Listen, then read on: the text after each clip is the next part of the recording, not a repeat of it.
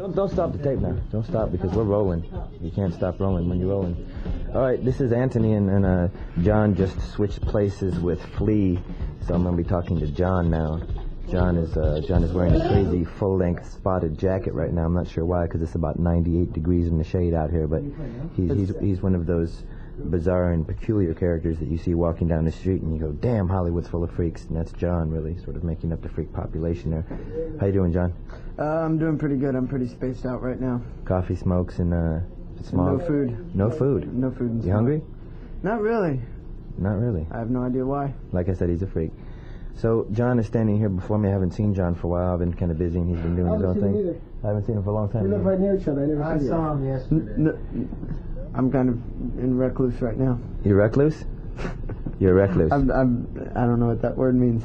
Are you leaving, Flea? You're feeling reclusive. Yes. Right. So long, Flea. Get out. What? I'm cutting out. Bye, Flea. Okay. Cut out. Have a good day. I'm stuck. So I've been knowing John for 2 years. He came into the Pepper outfit, a very young man, and he's grown up a great deal in the last 2 years. It's amazing.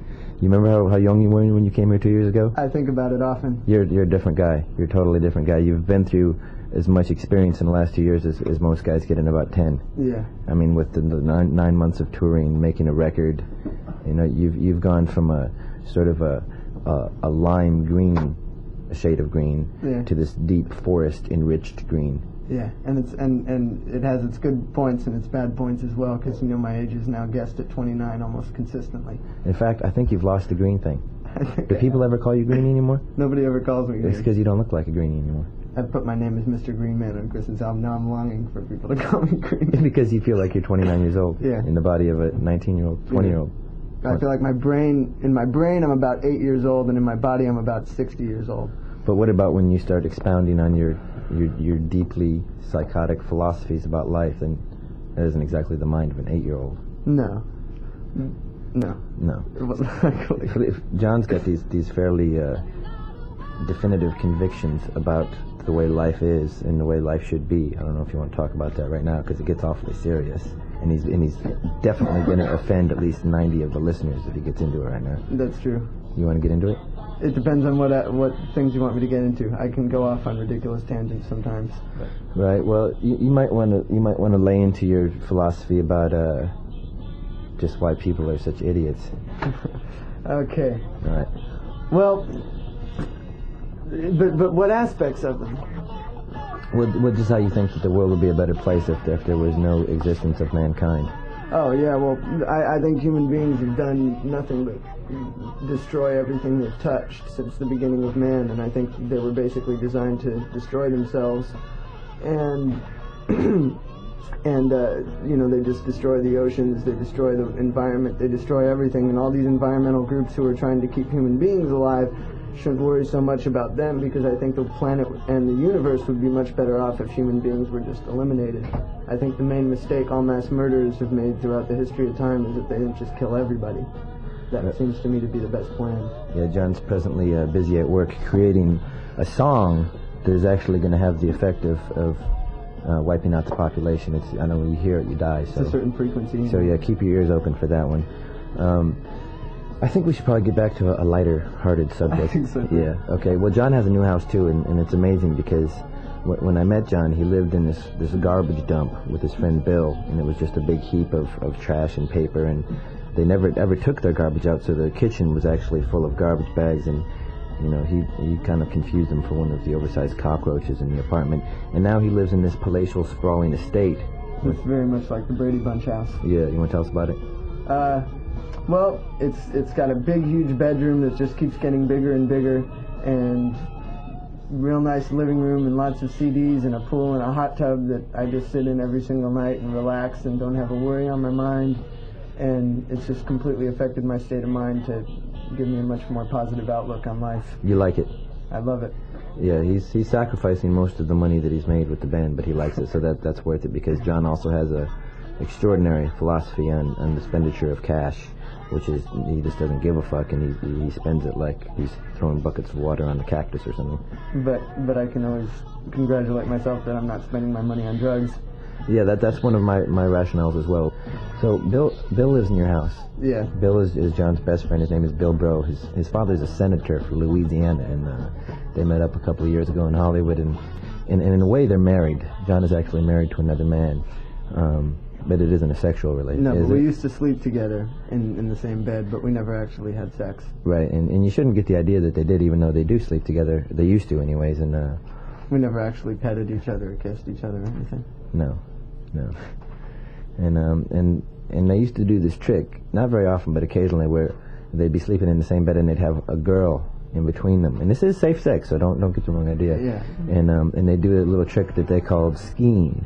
Yeah. Now, I'm not going to explain that to you, but it was the girl that was skiing in between the two guys, and I can't really get too explicit because, I'll end up spending the next 5 years in a cell with Luke Skywalker or something, but they went skiing with the girl. And it was a sensitive, friendly, loving situation from what I understood. Everyone was happy, and they made each other happy, and that's what counts sometimes. So anything else you want to say about Bill? Nothing. No. No? I'd rather leave Bill out of it. You want to put Bill to rest? Okay. You have a girlfriend right now? No, I keep going through girls. Any girl that can ever do me good, I get bored with very easily, and any girls that are mean, weird, evil people are the ones that keep me interested and the ones that end up destroying me. Yeah, I don't mind saying that John has had some very bad luck with women over the last year or two, and I'm not saying it's actually their fault. I think he's partially responsible, but it's kind of a sad situation because John, he's a good, solid, healthy man, and he's a musician, the best kind of man, and he just can't seem to get it together with the right woman, and no. I just keep thinking that one day things are going to kind of plane out for you, and you're going to sort of be happy for at least a week or two with the same girl, but it just... I hope so. Just doesn't seem to be going your way, does it? No, it hasn't been going my way. There was one girl who I named Amanda, who came into my house and tried to kill me with a knife after I tried to break up with her, and then I grabbed a guitar and a Stratocaster and hit her with the body of the guitar as hard as I possibly could, swung it like a baseball bat into her head, and she fell to the ground with blood gushing from her head and screaming like a dying cow, and ran out of the house. That's the kind of thing that happens to me, it seems like, every couple of weeks. Yeah, that's a slight exaggeration, because for one thing, John can barely pick up a guitar, let alone swing it. So, don't get your, what do they say, don't get your haunches up or something like that? Don't get your haunches up, because it was just really a small surface scratch that he actually grazed your head, so I know the girl. It was actually one of those little plastic electric guitars. Right. So we've covered the women in your life, which there isn't really much to cover in that. We've covered your home life. You want to tell us about your driving career? Because well, I decided that I'm never going to learn how to drive ever. I'm never going to learn how to drive a car. I'm too much of an idiot, and I'd probably crash. And so I decided I'm just going to take taxis and get rides from people. And you're 20, right? Yes. John is 20, and he's never driven a vehicle except for once for a half of a block, and he almost drove over the curb, right? Yeah, and I almost hit a jogger too. A jogger? I came this close to killing a jogger. Right. So that's kind of a peculiarity about John that some of you might not have been aware. Gosh, be goodness. You said that thing earlier about humanity and just thinking that the world would be a better place with no men or women or children. Yeah. Now, I'm going to have to bring something up here that might make you change your mind about that. Okay. And that's your little brother, Eric. Yeah. Yeah. Well, I love my little brother, Eric, and the reason, and see, as much as I love him, I'm never going to have kids because of that philosophy. I just feel like it would be against my whole philosophy to have kids and do something as cruel to somebody as bring them into this world. But Eric, I love a great deal, and I just took him to a Dodgers game where he had a really good time. Took him to a game? Yeah. Where'd you get the tickets? From someplace downtown. Wow. And we got really good seats, and had a great time at the game, and went with Joe and Randy. That's beautiful. Did you ever go see him play baseball? Yes, and I went to see him play baseball a couple of weeks ago. What happened? They lost, but it was an all-star game. It wasn't his team, so he didn't really care. Did he play? Yeah. How was he? He played great. Did he? Yeah. It wasn't like you, was it?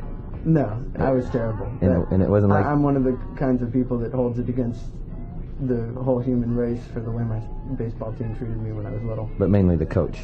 Mainly the coach. And the kids. The kids, too. I used to sit there and make up little punk rock songs about how I wanted to kill the guy who's pitching or whatever. And that scene in Parenthood, I actually saw Parenthood with you. Yeah. And you cried in the baseball scene where the kid keeps dropping the ball. Got a soft spot for people who do terrible at baseball. Yeah, because you did terrible at baseball.